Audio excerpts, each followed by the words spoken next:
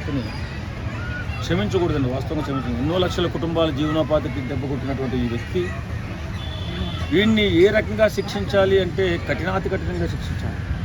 ఎందుకంటే చాలామంది ఈ మధ్యకాలంలో నా సినిమా ఇండస్ట్రీ అంటే నేను కూడా ఒక యూనియన్ జనరల్ సెక్రటరీ, ఉపాధి అవకాశాలు లేక సరిగా సినిమాలు చేయలేక నష్టాలు వెళ్ళిపోతే నిర్మాతలు ఉపాధి అవకాశాలు లేక నటులు చాలామంది కూడా ఊర్లకు వెళ్ళిపోయి బతుకుతున్నారు.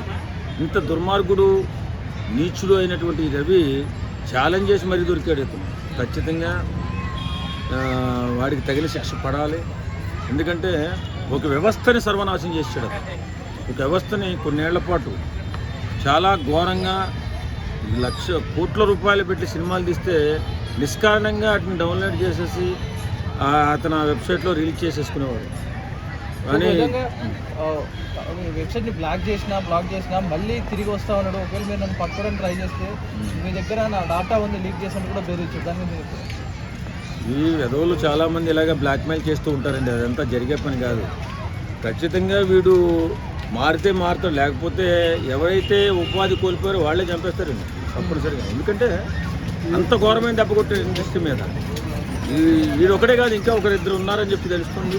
వాళ్ళు కూడా పట్టుపడాలి. ఖచ్చితంగా సినిమా ఇండస్ట్రీ బాగుండాలంటే నిర్మాత బాగుండాలి కదండి. నిర్మాత సినిమా తీస్తేనే మాలాంటి వర్కర్స్కి ఉపాధి ఉంటుంది. ఆయన సినిమా తీస్తున్నాడు, వీళ్ళు సాయంత్రానికి రిలీజ్ అయిన సాయంత్రానికి వీడమ్మో వాడి వెబ్సైట్లో రిలీజ్ చేసేసుకుని సినిమా హిట్ కాకుండా చేసేయడం. అందరూ కూడా టీవీకి అలవాటు పడిపోయి పెద్ద పెద్ద టీవీలో పెట్టేసుకుని చూసేస్తున్నారు వాళ్ళు వెబ్సైట్ని. ఈ భారీ నష్టం జరిగింది.